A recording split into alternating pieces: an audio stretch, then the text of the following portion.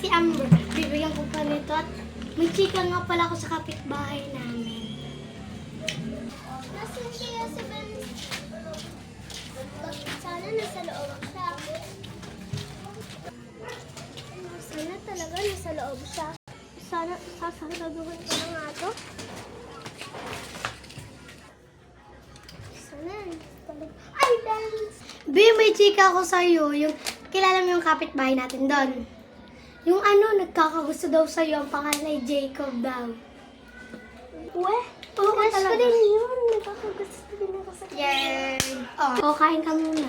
Thank you. Ano pa rin siya ka ba? Wala na, yun lang, be. Kain muna tayo dito, be. Kakain muna dito. Pero uwi na ako. Hinahanap na ako ni Nana. Ge, ubusin mo na yan. Magpakabusog ka. Thank you, Be.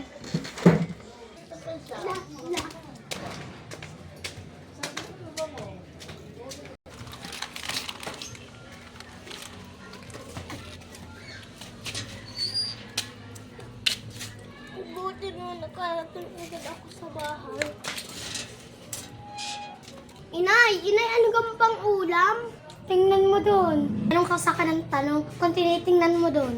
Ang songit pa din ni Inay hanggang ngayon talaga. Magulas ka lang doon sa harapan. Pag nagulas ka, bibigyan ka tayong 5. Tama lang? Sige.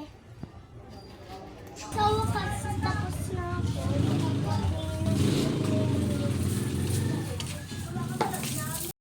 Inay, tapos na ako. Yan ha, tapos ka noon. 5 mo. 1, 2, 3, 4, 5. Ba?